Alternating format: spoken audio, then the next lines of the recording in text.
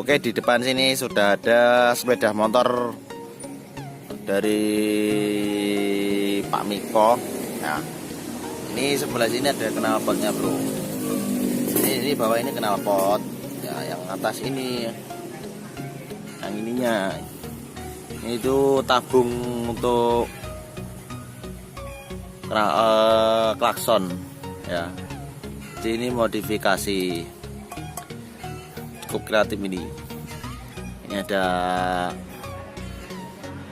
angin, lewatnya angin ini ya. Ini klaksonnya ini, bro. Klakson.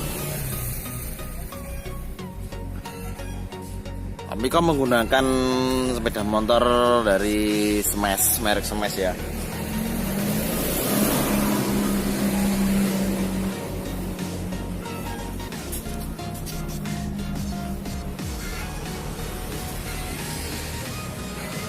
Motornya Smash 2000.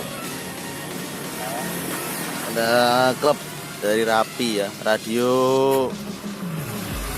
Ngomong Indonesia ini, HT.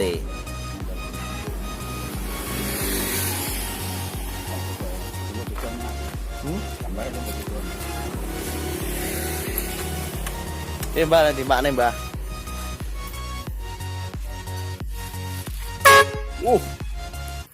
Banter ya, umum mbak. Itu kulit sepeda. Keren bro sepeda motornya ya.